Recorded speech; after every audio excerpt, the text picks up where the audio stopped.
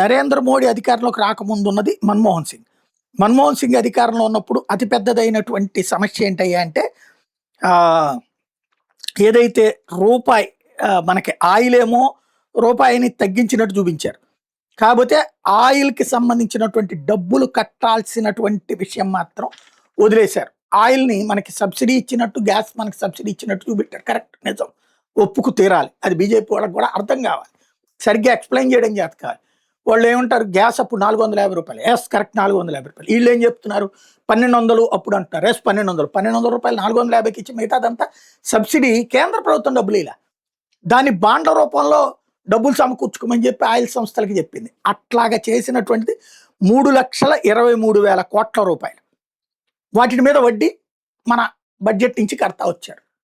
మోడీ వచ్చాక అది అతిపెద్ద భారమైంది. దాదాపు 11% వడ్డీ అనమాట.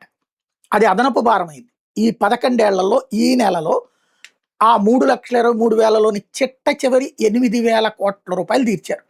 3,23,000 కోట్ల రూపాయలు మన్మోహన్ సింగ్ సర్కార్ హయాంలో కట్టినటువంటి ఆయిల్ బాండ్స్కి సంబంధించి ఏదైతే జారీ చేశారో అవంతా తీర్చారు.